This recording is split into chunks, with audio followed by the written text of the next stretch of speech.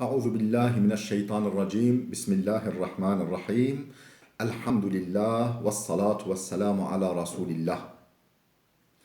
Geçmişten günümüze unutulmayan mısralar 34. Arapçadan Türkçe ve Kürtçe tercüme Abdülaziz Hatip. Ve kem kad ra'eyna min ganiyyin muzemmemi ve su'luki kavmin mâte ve huve hamidu. Nice sevilmeyip kötülenen zenginler, ölümünden sonra bile övülen yoksullar gördük. Gelek devlement mediteneku zemavate kiren, gelek fakir cihaneku piştimrine vanji medhe vate kiren.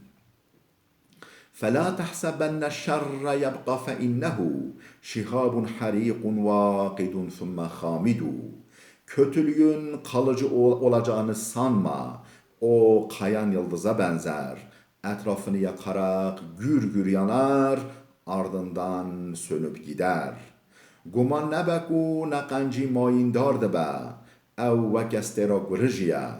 Devdura خواد شاوتنا او گشتش دبرقه پشرا دتافسه او ونداده با وحدة العاقل خير من جليس السوء عنده. Aklının yalnız başına oturması yanında kötü arkadaş bulunmasından daha hayırlıdır. Kese akılmend tene bsere xwe bimîne çêtire ji hevaliya hevalê neqenc. قالوا حبست فقلت ليس بضائري حبسي وأي مهند لا يغمد. Hapsedildin dediler. Hapis umurumda değil. Kınına konmayan hangi keskin kılınç var ki? Guten tehadi haps giren. Haps ne xemasere mine. Ki jan şuretiş heyaku ne echen galane vida. والشمس لولا أنها محجوبة عن ناظريك لما أضاء الفرقد. Güneş gözlerden perdelenmezse ayın ışığı görülür mü? Hatta ku ruj ne teveşarden runahiya heyve nahuyi.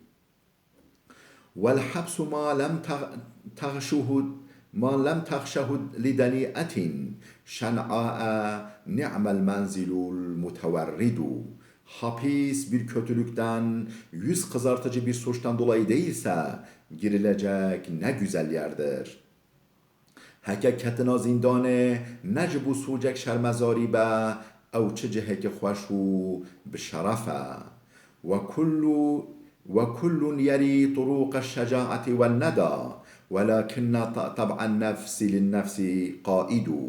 Herkes yiğitlik ve cömertlik yolunu görüyor da ne var ki kişiye rehberlik eden onun nefsani arzularıdır. Onun nefsani arzusudur. Herkes reya gidiyor cömertiye dibine le mixaben rebere mravi هوس نفس وینا لورا درندن دا دگیره لورا لرندن دگیره